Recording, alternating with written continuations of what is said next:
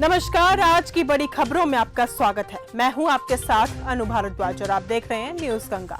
आज की बुलेटिन में बात करेंगे, जिंदा बचे एकमात्र शख्स ने बताया कैसे बची जान। बताएंगे आपको शाह के बयान पर कांग्रेस का पलटवार। दिखाएंगे आपको ईडी के सामने पेश नहीं हुए रॉबर्ट वाड्रा। बुलेटिन के आखिरी में देखेंगे सीएम उमर अब्दुल्ला का बड़ा बयान। लेकिन दिन भर की तमाम खबरों से पहले एक नजर सुर्खियों पर। दुबई में 24 घंटे जल के भीतर योगाचार्य रवि झा के कारनामे से दुनिया हैरान। एयर इंडिया के विमान में बम की धमकी, थाईलैंड में इमरजेंसी लैंडिंग। रुद्रास्त्र से बढ़ गई सेना की ताकत, अकेले कर देगा पाकिस्तान का नाश। जिंदा बचे एकमात्र शख्स ने बताया कैसे बची जान। अहमदाबाद में हुए एयर इंडिया विमान हादसे में विश्वास कुमार एकमात्र जीवित बचे व्यक्ति हैं। प्रधानमंत्री मोदी ने उनसे मुलाकात की। इस दौरान उन्होंने पूरे हादसे के बारे में बताया। उन्होंने बताया कि कैसे उन्होंने आग और तबाही के बीच अपनी जान बचाई और अपने आसपास मौजूद लोगों को जलते हुए देखा। शाह के बयान पर कांग्रेस का पलटवार। अहमदाबाद विमान दुर्घटना पर कांग्रेस ने कहा कि गृह मंत्री का मानना है कि दुर्घटनाओं को कोई नहीं रोक सकता। कांग्रेस ने कहा कि यदि कुछ भी रोका नहीं जा सकता तो हमारे पास मंत्रालय ही क्यों है। क्या ऐसे किसी भी दुर्घटना को हम भाग्य के भरोसे छोड़ दें?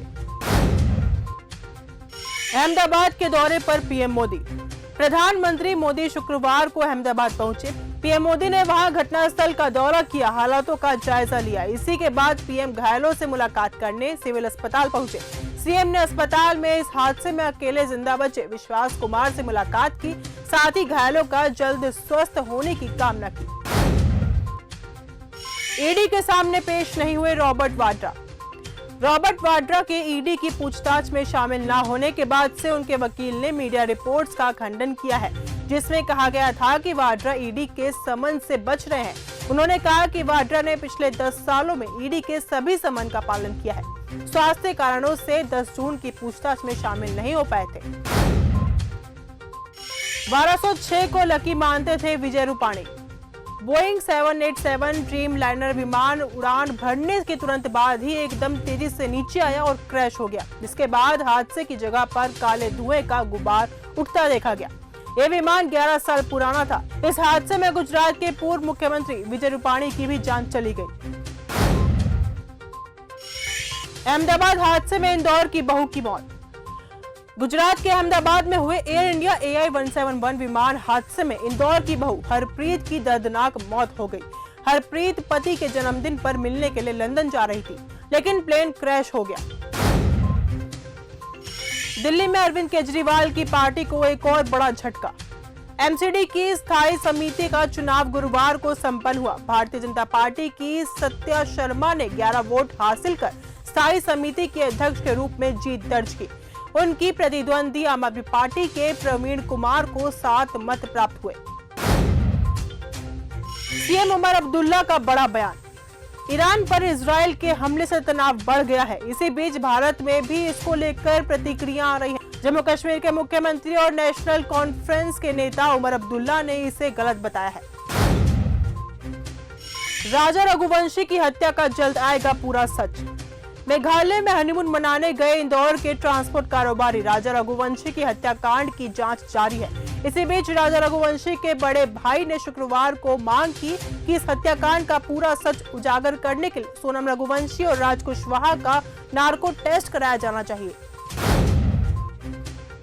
अहमदाबाद प्लेन क्रैश से सदमे में अमिताभ बच्चन। गुजरात के अहमदाबाद में गुरुवार को हुए प्लेन क्रैश हादसे में 242 लोगों की जान चली गई। हर कोई इस दिल दहला देने वाली घटना पर शोक जता रहा है। बॉलीवुड के सभी तमाम सेलेब्स ने भी सोशल मीडिया पर पोस्ट कर प्लेन हादसे पर रिएक्ट किया है। वहीं अमिताभ बच्चन का भी पोस्ट में दर्द छलका है। OTT पर रिलीज हो गई केसरी चैप्टर 2। जलियांवाला बाग हत्याकांड पर बनी फिल्म केसरी चैप्टर 2 OTT पर रिलीज हो चुकी है। अगर आप भी वीकेंड में कुछ अच्छा देखने की सोच रहे हो तो इसे जरूर वॉच करें। इजरायली सेना की लोगों से अपील। इजरायली सेना ने कहा है कि ईरान द्वारा भेजे गए 100 से ज्यादा ड्रोन पर उनका कंट्रोल है और फिलहाल कोई भी ड्रोन इजरायल की सीमा में नहीं पहुंच पाया है। सेना ने दावा किया है कि इजरायली फाइटर्स जेट ने इन ड्रोन्स को सीमा के बाहर ही मार गिराया है। इजराइल ईरान जंग का भारत पर असर। ईरान और इजराइल के बीच बढ़ते तनाव के कारण एयर इंडिया ने कई अंतर्राष्ट्रीय उड़ानों को डाइवर्ट या फिर रद्द कर दिया है। यात्रियों की सुरक्षा को प्राथमिकता देते हुए एयर इंडिया ने वैकल्पिक व्यवस्था और रिफंड की सुविधा प्रदान की है। मुंबई से लंदन जाने वाली AIC 129 फ्लाइट सहित कई उड़ानें वापस लौटा दी गई हैं। एयर इंडिया ने यात्रियों से माफी भी मांगी है। पाकिस्तान ने अफगानों को खाली हाथों देश से निकाला। पाकिस्तान में रह रहे अफगानों को देश से बाहर निकाल दिया गया है। खास बात यह है कि अफगानों को सामान समेटने के लिए भी महज 45 मिनट का ही वक्त दिया गया है। अफगान शरणार्थी शिविर में रह रहे एक पीड़ित ने इसकी पूरी कहानी बयां की। चंद्रशेखर आजाद की फ्लाइट में भी आ गई थी तकनीकी दिक्कत।